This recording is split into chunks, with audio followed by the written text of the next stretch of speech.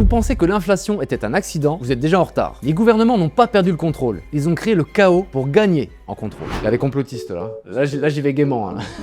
L'agenda 2026. Il se prépare pour 2026 et pourquoi personne n'en parle? L'inflation est l'impôt le plus facile à dissimuler. Vous payez plus, il blâme l'économie. Il profite discrètement. Mais l'inflation n'était que la première étape. C'est la deuxième étape qui devrait vous faire peur. Aux États-Unis, au Royaume-Uni et au Canada, les systèmes d'identité numérique et de monnaie numérique de banque centrale se développent plus vite que jamais. Ne débattez pas, ne votez pas de gros titres. Quand tout devient numérique, chaque dollar devient traçable. Chaque transaction devient contrôlable. Les gens pensent que c'est pratique. Mais pour les gouvernements, c'est un moyen de pression. Avec les monnaies numériques de banque centrale, ils peuvent geler les comptes, limiter vos achats, faire expirer votre épargne, imposer automatiquement vos revenus, bloquer les dépenses non approuvées. Cela semble extrême, la Chine le fait déjà. L'Amérique, le Royaume-Uni et le Canada sont les prochains. Et le moment n'est pas aléatoire. Les gouvernements sont submergés par les dettes. Le seul moyen pour eux de survivre, contrôler totalement la masse monétaire. La démocratie ne disparaît pas soudainement, elle disparaît discrètement.